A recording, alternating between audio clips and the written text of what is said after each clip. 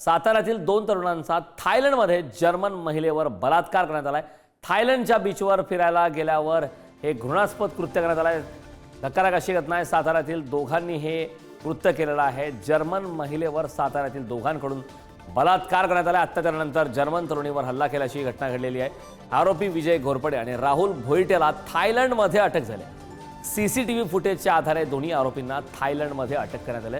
साताऱ्यातील दोघांचं घृणास्पद कृत्य समोर आलंय। थायलंडमध्ये जर्मन तरुणीवरती बलात्कार केला आहे। थायलंडमध्ये 24 वर्ष जर्मन महिलेवर साताऱ्यातील 2 तरुणांकडून बलात्कार करण्यात आला। धक्कादायक अशी माहिती समोर आली। आरोपी विजय घोरपडे आणि राहुल भोईटेला अटक करण्यात आली आहे। अत्याचारानंतर जर्मन तरुणीवरती हल्ला केल्याची सुद्धा माहिती मिळत आहे आणि त्या ठिकाणी आता अटक सुद्धा करण्यात आली आहे। जर्मन महिलेवर साताऱ्यातील दोघांकडून बलात्कार झाला आहे।